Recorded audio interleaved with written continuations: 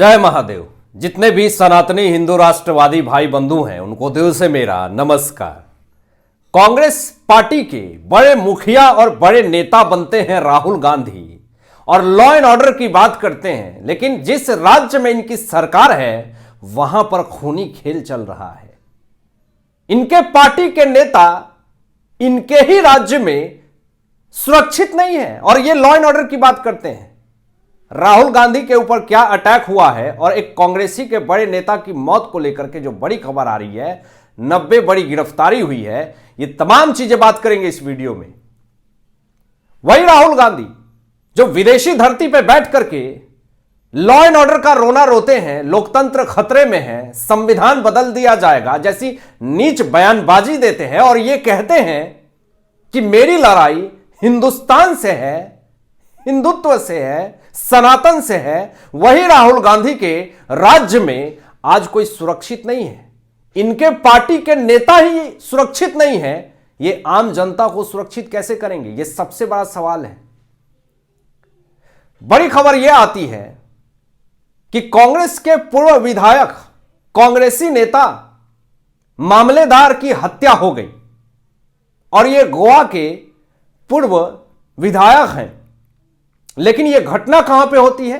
कर्नाटक के बेलगांव में। अब कर्नाटक में किसकी सरकार है? कांग्रेस की सरकार है। कर्नाटक के मुख्यमंत्री सिद्धारमैया डीके शिवकुमार इस पर एक भी टिप्पणी नहीं देते हैं। कांग्रेस के पूर्व विधायक, कांग्रेसी नेता गोवा के मामलेदार की हत्या कर्नाटक में पार्किंग को लेकर के होती है। एक ऑटो वाले ने इतना पीटा, इतना पीटा, इतना मारा कि ये कांग्रेसी नेता की हत्या हो गई, मौत हो गई।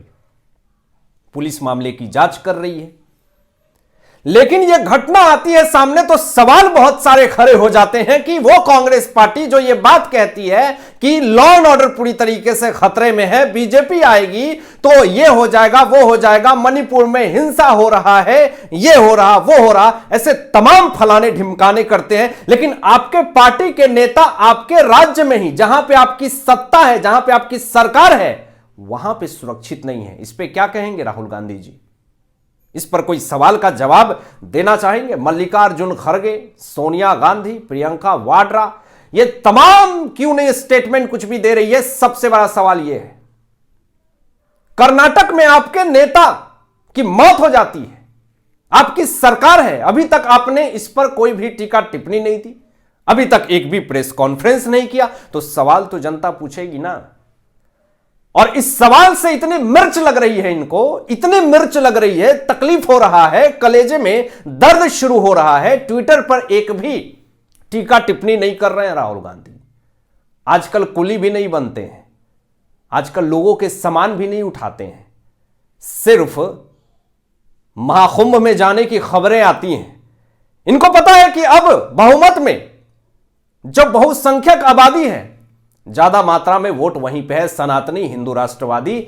115 से 20 करोड़ सनातनियों का वोट चाहिए। इसके लिए सनातनी ढोंगापंती करना पड़ेगा। इसके लिए राहुल गांधी ने ऐलान किया कि हम आज के दिन यानी 16 फरवरी को महाकुंभ में स्नान करने जाएंगे।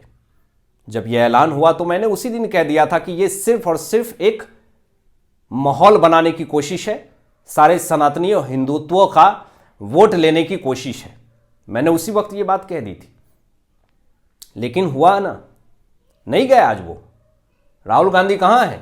महाकुंभ में गए? कहीं आपने खबर सुनी, कहीं देखी? बस इनकी पीआर ने फैला दिया कि राहुल गांधी 16 फरवरी को महाकुंभ जाने वाले हैं और प्रियंका वाड्रा भी साथ में जाने वाली हैं, लेकिन अभी तक नहीं गई हैं। तो सवाल तो खड़े होंगे कि आप एक एजेंडा सेट कर रहे हैं कि सनातनियों का हम सम्मान करते हैं, जो रामलला की प्राण प्रतिष्ठा में बुलाने पर उपस्थित नहीं हुआ वो सनातन का समर्थन करता है, और आप महाकुंभ में जाने की बात करते हैं। जब डीके शिवकुमार, दिग्विजय सिंह, सचिन पायलट, ये तमाम लोग जब कांग्रेसी नेता महाकुंभ में जाने लगे तो राहुल गांधी को लगा कि हमें भी जाना चाहिए, हमें भी सनातन का ढोंग रचना चाहिए। और एक तरफ मल्लिकार्जुन खड़गे स्टेटमेंट क्या देते हैं कि महाकुंभ में स्नान करने से गरीबी खत्म हो जाएगी क्या? पानी में नहाने से क्या गरीबी खत्म हो जाएगी, क्या बेरोजगारी खत्म हो जाएगी क्या? अरे कांग्रेस की सरकार है कर्नाटक में, कितनी बेरोजगारी और गरीबी खत्म किया मल्लिकार्जुन खड़गे, जिसका जवाब देंगे आप? नहीं दे पाएंगे। तो सनातन का विरोध करने वाले नेता के लिस्ट में तो आप हैं ही, और इस तरह का घटिया अपमानजनक बयान तो मत दीजिए महाकुंभ को लेकर के।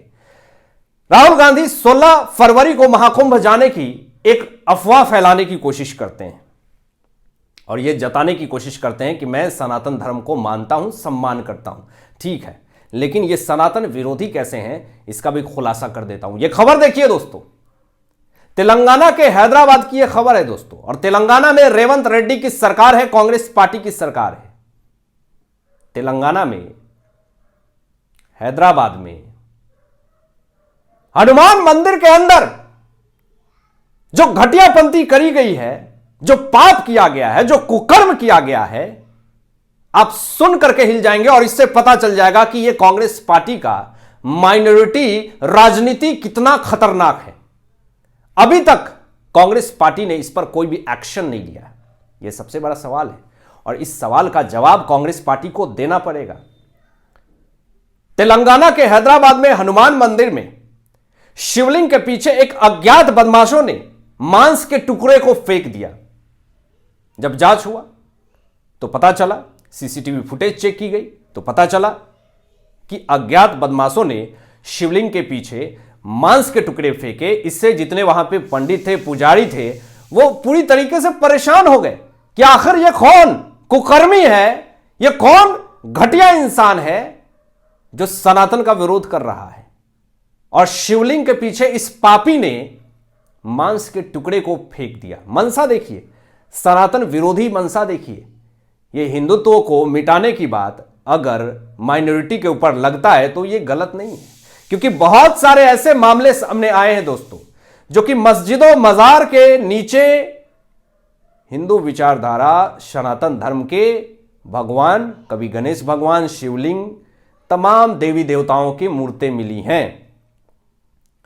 तो ये शिवलिंग के पीछे मांस के टुकड़े को फेंकने का मकसद क्या है, ये आप साफ तौर पे समझ सकते हैं। और इस पर राहुल गांधी की एक भी टीका टिप्पणी नहीं आना, इस पर कांग्रेस पार्टी की तरफ से एक भी स्टेटमेंट ना आना, इस पर रेवंत रेड्डी का एक भी प्रेस कॉन्फ्रेंस ना आना, यह दर्शाता है कि ये पूरी तरीके से सनातन धर्म के खिलाफ हैं, सनातन विरोधी हैं। यह साफ तौर पे पता चल जाता है। अब राहुल गांधी के ऊपर एक ऐसा अटैक सामने आया है जिससे पूरी तरीके से बखिया उधेड़ करके रख दी गई है राहुल गांधी की।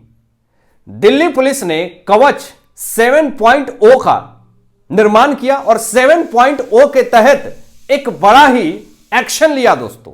और इस 7.0 के तहत नरेंद्र मोदी जी और अमित शाह जी ने एक मिशन तैयार किया कि जितने भी नशा तस्करी लोग हैं, नशा करने वाले लोग हैं, नशा एजेंडाधारी लोग हैं, जो नशा करवाते हैं और इसमें पूरी तरीके से सम्मिलित हैं, उसके खिलाफ दिल्ली पुलिस ने 7.0 कवच तैयार किया। और उसके बाद एक बड़ी कार्रवाई करते हुए 90 ड्रग्स तस्करियों की बड़ी गिरफ्तारी कर दी है दोस्तों। इस पूरे देश से जितने भी अवैध ड्रग्स तस्करी करने वाले लोग हैं, जो इस तरह का माहौल क्रिएट करने की कोशिश कर रहे हैं, इस भारत देश में युवाओं को नशा से पूरी तरीके से सराबोर करने की कोशिश कर रहे हैं, मोदी शाह ने दिल्ली पुलिस को आदेश दिया। दिल्ली पुलिस बीजेपी की सरकार जैसे आती है 90 बड़ी गिरफ्तारी होती है और इससे कांग्रेस पार्टी और आम आदमी पार्टी में हड़कंप मच जाता है, क्योंकि ये सारे ड्रग्स तस्करी जो है वो बीजेपी के द्वारा एक्शन तो लिया गया है इस तमाम चीजों पे, लेकिन